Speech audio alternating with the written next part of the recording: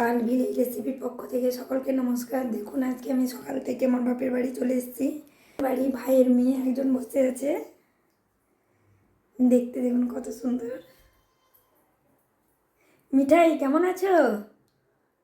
কেমন আছো বলো, কেমন আছো বলো, জোরে বলো, বলো।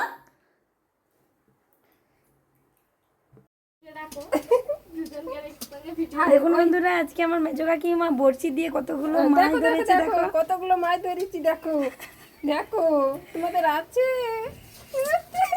ওই লাফাচ্ছে, দেখো পড়ে গেল।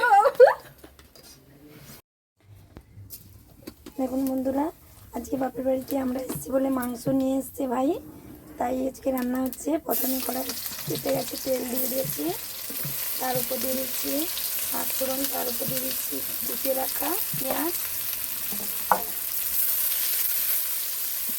পেঁয়াজটাকে একটু ভালো করে কষে নিচ্ছি।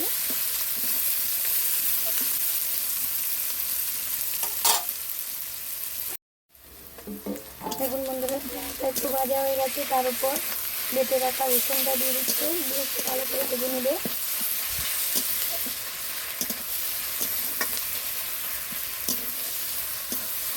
রসুনের উপর আদাটা দিয়ে দিচ্ছে, দিয়ে একটু ভালো করে ভেজে নিচ্ছে।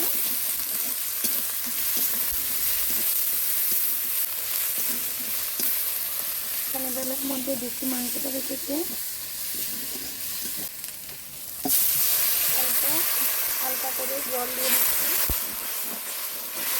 যেহেতু বাচ্চারা খাবে তাই ঝাল কম দিচ্ছে, তেলও কম দিচ্ছে। এবার দিয়ে দিচ্ছে এই মশলার উপরে লঙ্কার গুঁড়ো,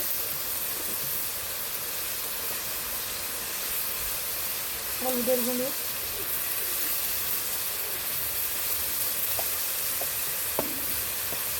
দিয়ে খুব ভালো করে কষে নেবে মশলাটাকে।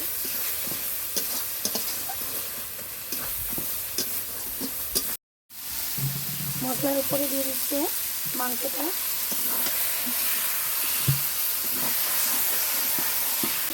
মাংসের উপরে দিয়ে দিচ্ছে আলুটা। মাংস আলু দিয়ে খুব ভালো করে মশলার উপর দিয়ে কষে নিচ্ছে।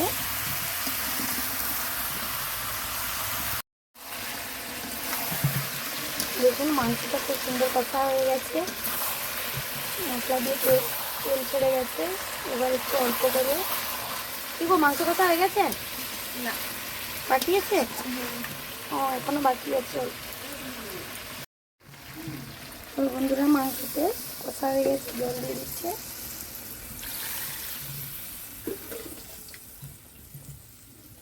মাংসের কালারটা দেখেছেন, খুব সুন্দর।